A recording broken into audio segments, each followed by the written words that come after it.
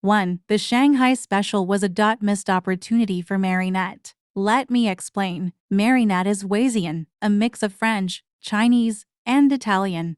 Throughout the show, it's clear that she's far more connected to her French side than her Chinese heritage. She doesn't speak Mandarin, nor does she seem to know much about her Chinese roots. Instead of using this as an opportunity for internal conflict, where Marinette grapples with feeling disconnected from a part of her identity, the show makes it seem like she doesn't really care. And that brings me to the Shanghai special. Now, don't get me wrong, I enjoy the special, but wow, was it poorly written? This could have been a perfect moment for Marinette to learn more about her heritage, explore a part of herself she hadn't before, and actually feel a connection to her Chinese side. But instead, the plot revolves around her following Adrian to Shanghai. Her parents are thrilled, thinking she wants to connect with her roots, but in reality, she's just chasing after a boy. Yes, she does end up learning a bit about her Chinese heritage along the way, but it feels ingenuine when you remember her real motivation for being there. And it's not just the Shanghai special.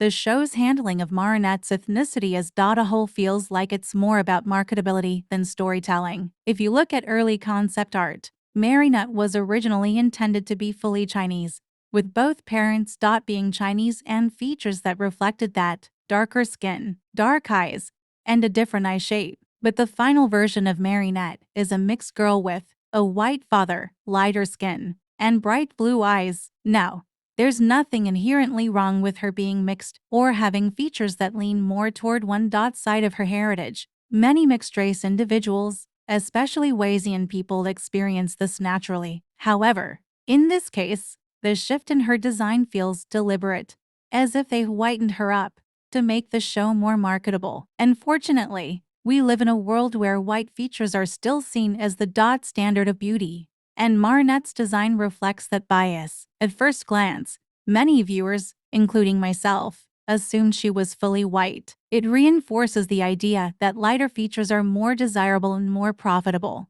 And that's frustrating, because Marinette's mixed heritage could have been an opportunity for real representation. If they wanted to make her mixed, they could have used her character to explore the struggles of being disconnected from one's culture, something so many mixed-race individuals experience. They could have shown her navigating her identity in a meaningful way, making her a powerful representation for people who feel caught between two worlds. With Season 6, it looks like the show is finally embracing her Chinese side more. Her hair appears darker, her Asian features are more apparent, and her room now has more Chinese decor. It's a step in the right direction, but will we actually see Marinette getting in touch with her roots in a meaningful way? I have my doubts, but who knows? Maybe they'll surprise us. 2. The ending of Where Papas was terrible. Episode 5 of Season 6 had me genuinely excited because it promised a deeper dive into Adrian's family. We finally got to meet his grandparents from both Gabriel and Emily's sides, which was a great opportunity for character exploration. While I enjoyed most of the episode, the way it wrapped up left a sour taste in my mouth. Spoilers ahead. It's painfully obvious that Emil and Millie's relationship is deeply unhealthy, if not outright abusive. Emil constantly yells at Millie and can't stand when she speaks her mind, while Millie spends most of the episode sitting in silence, eating whatever those are while Emil argues with the Grassets. And yet, by the end, the show acts as if everything is suddenly fine, as if Emil didn't just talk down to his wife and treated her like crap. This resolution wasn't just disappointing, it was downright harmful. It minimizes the reality of toxic relationships and sends the message that all it takes to fix an abusive dynamic is a simple reconciliation, which is far from the truth. 4. The fandom needs to stop complaining about the animation change. I get it, but can we move on already? The old animation style isn't coming back. At some point, we just have to accept the changes and appreciate what we have now instead of constantly dwelling on the past. I'm not saying you can't have preferences or miss the old style, but endlessly complaining about it won't change anything. Animation evolves, and while it may not be exactly what you wanted, it doesn't automatically make the new style bad. Instead of fixating on what could have been, why not focus on what is and find things to enjoy? The show is still moving forward, And so should we. 4. The whole ex-girlfriend situation with Thomas Struck isn't nearly as weird or creepy as people have made it out to be. By now, most Miraculous fans have probably heard the claim that Sabine was based on Thomas Struck's ex-girlfriend and that Marinette is their imaginary child. When I first came across this, I was skeptical since I hadn't seen any actual proof. But now that I have confirmation, let's clear up the misconceptions. Yes, Thomas did base Sabine on his then-girlfriend, but not in the way people have made it out to be. Here are 2 more tweets before we continue. Pause to read.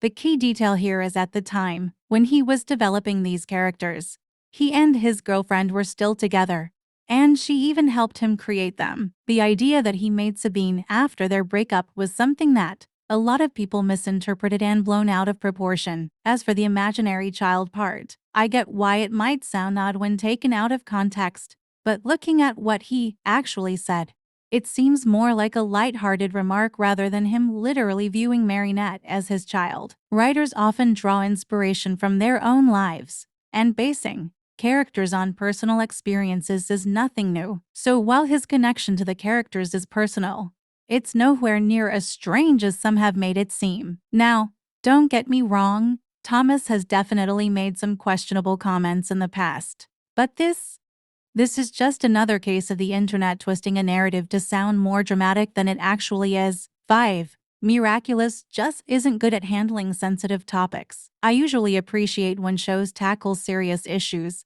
but Miraculous consistently fails to approach them with the nuance and care they deserve. The writers introduce these heavy themes, but never fully commit to addressing them properly, leaving viewers reeling with the implications. Take, for example, Emil and Millie's toxic relationship, which I mentioned earlier.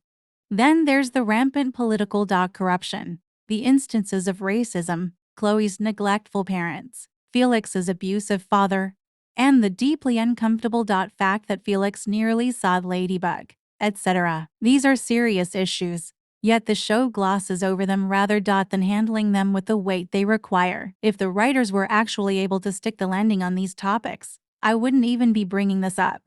But as it stands, Miraculous just isn't equipped to navigate these conversations in a meaningful way. 6. The French dub is better than the English dub. The dialogue in the French dub flows much better and carries more depth compared to the English dub. I stumbled upon a Tumblr blog that highlights the differences in dialogue between the 2 versions for each episode, and the contrast is striking. Take Stormy Weather, for example. Chat Noir's sweet and charming line in the French version was completely altered into something dismissive in the English dub. Or in The Bubbler, where Alia's encouragement toward Marinette feels much more supportive than it is in the English dub. While the English dub isn't bad, it just doesn't capture the same nuance and charm as the French dub, as it tends to either alter or water down key lines, which is why the French dub feels more authentic. That's all the opinions I have for now.